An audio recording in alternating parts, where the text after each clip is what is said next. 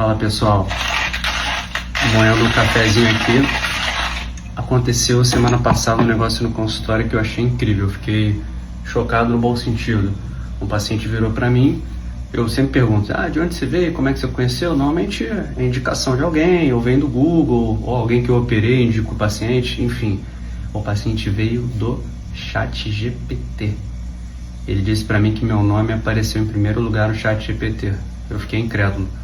E aí eu pedi para amigos meus pesquisarem e deu isso.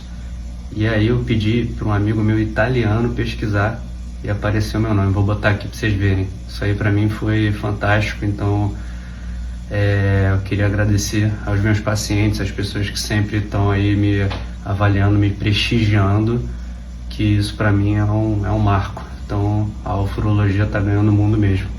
Obrigado por tudo, pessoal.